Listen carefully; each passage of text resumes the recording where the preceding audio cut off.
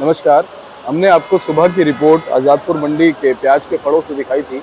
अब हम आपको बता रहे हैं कि दोपहर के समय प्याज के बाजार में क्या कुछ स्थितियाँ परिस्थितियाँ चलती और बनती हुई नजर आई, कैसी गिराकी रही, कैसा उठाव रहा और क्या भाव बनता हुआ नजर आया। सारी चीज़ों पे बात करने के लिए पहुंचे अपने किशन भाई साहब के पास। भाई साहब जी नमस्कार। नमस्कार साहब, नमस्कार। कैसे हैं? बढ़िया साहब, बढ़िया। किशन भैया, आज क्या कुछ माहौल, क्या कुछ स्थितियाँ परिस्थितियाँ प्याज के बाजार में चलती हुई नजर आई? शर्मा जी, सबसे पहले तो हम अराइवल की बात कर लेते हैं। आज फ्रेश अराइवल है 71 गाड़ी की जी। 71 गाड़ी। जैसा कि पिछले 2-3 दिनों का हिसाब लगाया जाए तो आज अराइवल कुछ ज़्यादा है जी। उस ज़्यादा का कारण यह है कि 2-3 दिन से ना बैलेंस हमारे यहाँ कम बच रहा था। हर एक के दिमाग में है कि थोड़ा सा बाज़ार, अगर अराइवल कम आएगी तो बाज़ार थोड़ा सा बढ़ेगा। इस वजह से थोड़ी सी अराइवल बढ़ी है इधर। अब वो जो बढ़ने का वो विचार था वो तो उस पर तो ये ज़्यादा अराइवल ने ब्रेक लगाया है। कहीं ना कहीं आज 71 गाड़ी की अराइवल है, जिसमें 27 गाड़ी कल की भी खड़ी हैं। टोटल 98 गाड़ी स्टैंडिंग में है हमारी। और 98 गाड़ी की अगर डिटेल वाइज बात कर ली जाए तो 16 गाड़ी नासिक की हैं, 17 गाड़ी पूना की हैं और 20 गाड़ी एमपी की हैं। और कहीं ना कहीं अराइवल राजस्थान की ज़्यादा देखने को मिल रही है। आज 31 गाड़ी तो ताज़ी अराइवल है और 14 गाड़ी कल की भी राजस्थान की खड़ी हैं। तो देखा जाए तो 45 गाड़ी हमारी राजस्थान की हैं। राजस्थान देखने में 2-3 दिन से आ रहा है कि राजस्थान की अराइवल दूसरे क्षेत्रों से ज़्यादा हो रही है। और इस प्रकार से तो ये समझो नीचे अगर अनलोड गाड़ियां हैं वो भी 20 गाड़ी के आसपास नीचे फड़ों पे बैलेंस पड़ी हैं। तो टोटल मिला के अगर माल देखा जाए तो 104-5 गाड़ी का माल हमारी टोटल स्टैंडिंग और नीचे लगा के है। अगर अब भाव की अगर बात कर ली जाए तो देखा जाए तो पिछले 4-5 दिनों से भाव सेम चल रहा है, कोई उतार चढ़ाव नहीं है। लेकिन ये है कि आज जैसे थोड़ी सी अराइवल कम रहती तो आज दिमाग में था कि 1-आध रुपया बढ़ेगा बाज़ार, लेकिन बढ़ा नहीं है, बाज़ार सेम है। और कम डाउन भी नहीं है ज़्यादा अराइवल से। ये कोई कहे कि मार्केट डाउन है, डाउन नहीं है। डाउन इस वजह से नहीं है कि किसी के दिमाग में कोई घबराहट नहीं है, क्योंकि पीछे की मंडियाँ कोई मंदी नहीं है, हर मंडियाँ बराबर चल रही हैं, स्टैंड है। वहाँ भी देखा जाए तो नासिक का भी मेरी बात हो रही थी, नासिक में भी मंडियाँ कभी 1-आध रुपये नीचे ऊपर तो चलता है, बाकी लंबा चौड़ा कोई तेज़ी भी नहीं है वहाँ भी और मंदा भी नहीं है। बाज़ार बराबर चल रहा है, एक हफ्ते से देखा जाए तो बराबर है। अब राजस्थान की बात कर ली जाए, ये माल है गोली गुल्टा मिक्स है इसमें। तो ये इन मालों की समझो पोजीशन समझो शर्मा ये 8-8.5 रुपये किलो के आसपास। बाकी इसी क्षेत्र से कोई मोटा माल आ जाता है वो समझो 10 रुपये 11 रुपये भी बिक जाए, लेकिन मोटी माल कम है। और राजस्थान का अगर हिसाब लगाया जाए तो 7 रुपये किलो से लेके और 12-13 रुपये किलो तक पोजीशन चल रही है। कोई 1-आध गाड़ी मथानिया वगैरह से आ जाती है, भले वो 14 रुपये किलो बिक जाए या 15 रुपये किलो बिक जाए, कोई ज़्यादा सुपर। और वो लेकिन होता बहुत कम है मार्केट में, कभी 1-आध गाड़ी आती है राजस्थान से, कोई ज़्यादा सुपर जोधपुर मथानिया रही। और उसके बाद अगर एमपी का माल आज मेरे पास नहीं है, एमपी की अगर बात कर लें तो टोटल मिला के पोजीशन 10 रुपये किलो से लेके और 15 रुपये किलो तक। लेकिन एमपी के ज़्यादातर माल 12-13-14 रुपये में ज़्यादातर माल बिक रहे हैं एमपी एरिया के। लेकिन इसी में कोई हल्के माल हैं वो 10-11 रुपये और बढ़िया माल 15 रुपये, कोई 1-आध लाट 16 रुपये भी बिक जाता है, 17 रुपये बिक जाता है। और यही पोजीशन समझो महाराष्ट्र के नासिक के मालों की पोजीशन देखा जाए वो भी समझो 11 रुपये से लेकर 15 रुपये किलो तक है ऊपर में। और अगर पूना एरिया का अगर बात कर लें तो हम पूना एरिया के माल 12 रुपये से लेके और 17 रुपये किलो तक, 1-आध लाट 18 रुपये किलो भी चला जाता है। लेकिन ये जो समझ लो 16 रुपये से लेके 17-18 रुपये किलो तक माल बिकता है, वो सिर्फ मार्केट में कहो तो 400 पैकेट। अगर हिसाब लगाएं तो अगर 100 गाड़ी का माल है तो 40,000 कट्टा हो गया हमारी मार्केट में, नीचे ऊपर लगा के तो 40-45,000 कट्टे का माल है। लेकिन 45,000 कट्टों में अगर टोटल ये जो 16 रुपये किलो से लेकर 17-18 रुपये किलो तक की मैं बात कर रहा हूँ तो सिर्फ 400 पैकेट, यानी 1% लगा लो, पूरे माल का 1% जो है वो बिकता है ये।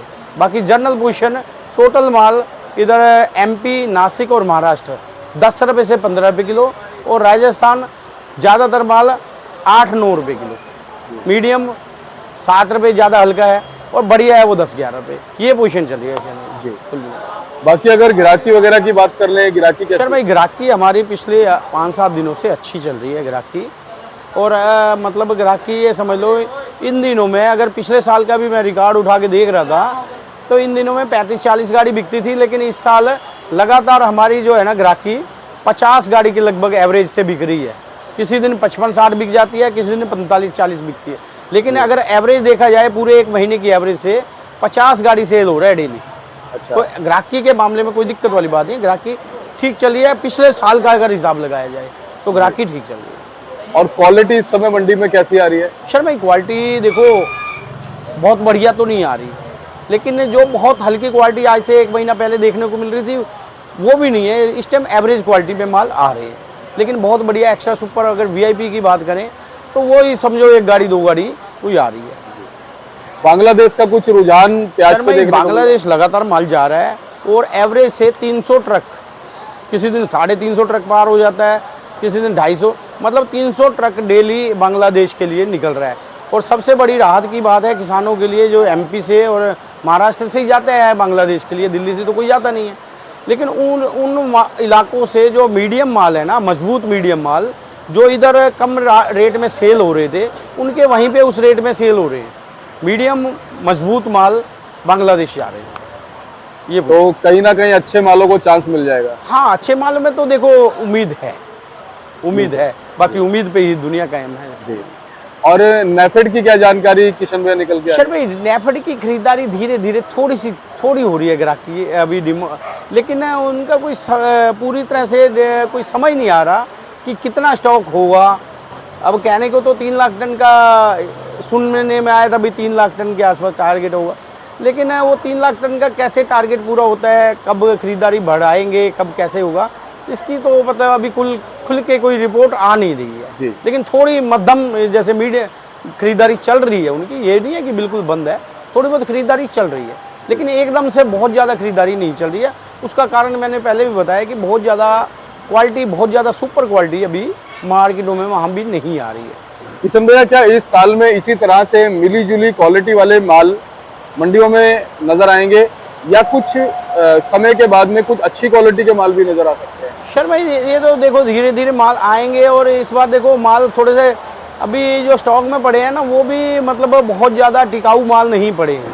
यानी ये समझ लो कि अगर टोटल अगर स्टॉक का अगर 100% का अगर हिसाब लगाएं तो जितना मान लो 100% स्टॉक है, 100% में से 60% माल मतलब ख़राब होने शुरू हो जाएंगे और आते रहेंगे, ख़राब होते रहेंगे।